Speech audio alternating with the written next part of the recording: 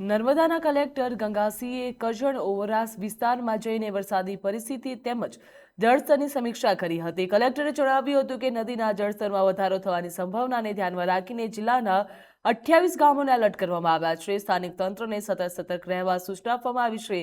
કલેક્ટરે વધુમાં જણાવ્યું હતું કે તિલકવાડા તાલુકામાં એક ખેડૂતનું સફળતાપૂર્વક રેસ્ક્યુ પણ કરવામાં આવ્યું છે। એસડીઆરએફ અને એનડીઆરએફની ટીમોને વિવિધ સ્થળોએ તૈનાત રાખવામાં આવી છે તેમજ કોઈ પણ અનિચ્છનીય ઘટના ન બને તેના માટે સતર્કતા રહેવામાં આવી છે। જિલ્લા તંત્રએ લોકોને પાણી ભરાયેલા રસ્તાઓ ઉપર કોઝવે અને બંધ કરાયેલા પુલ ઉપરથી પસાર ન થવા તેમજ માત્ર તંત્રની સત્તાવાર સૂચનાઓનું પાલન કરવાની અપીલ કરી।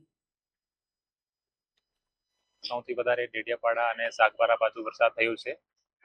નર્મદા જિલ્લાના તમામ ગ્રામજનો અને નગરજનોને વિનંતી છે કે તમે ઘરમાં જ રહો અને કારણ વગર બહાર ન નીકળો।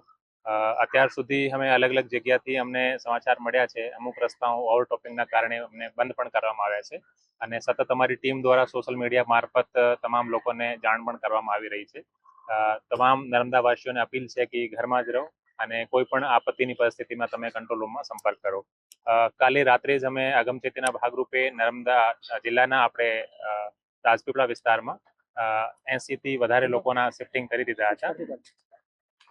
80 થી વધારે લોકોના શિફ્ટિંગ કરી દીધા હતા અને જ્યાં જ્યાં અમને જરૂર પડે ત્યાં અમે શિફ્ટિંગ ચાલુ છે। કરજણ ડેમના 6 ગેટ વહેલી સવારથી જ ઓપન કરવામાં આવી રહ્યા છે અને અત્યારે તમે જોઈ શકો છો કરજણ ડેમના આપણે કેચમેન્ટ વિસ્તારમાં બહુ સારો વરસાદ પડ્યો છે।